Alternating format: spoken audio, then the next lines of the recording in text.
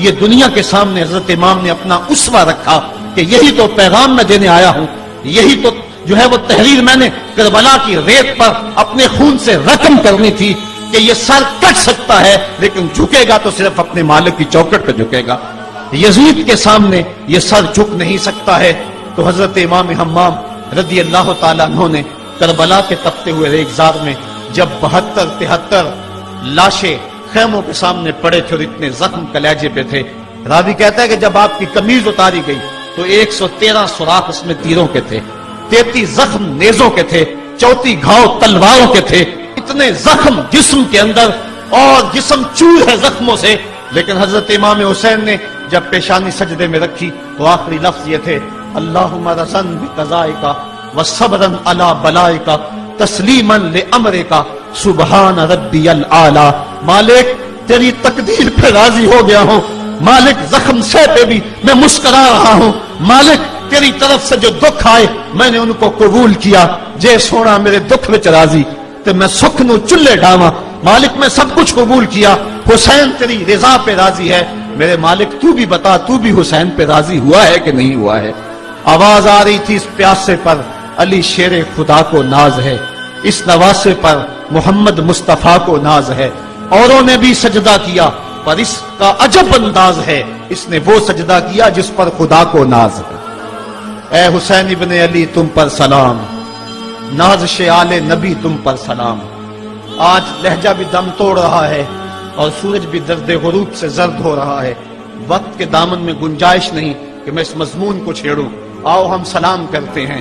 یہ سورج سامنے چمک رہا ہے، میں یہاں بیٹھا سوچ رہا تھا کہ ہم نے تو نہیں دیکھا، اے سورج دوپہر کا وہ منظر تم نے تو دیکھا تھا جب کربلا میں حسین کا سر کٹا تھا، جب گھر لٹا تھا، جب خیموں کو آگ لگی تھی، جب سکینہ رو رہی تھی اور جب گھوڑا خالی پلٹا تھا اور سکینہ پوچھتی تھی گھوڑے تو خالی آ گیا ہے، حسین کہاں چھوڑ آیا ہے۔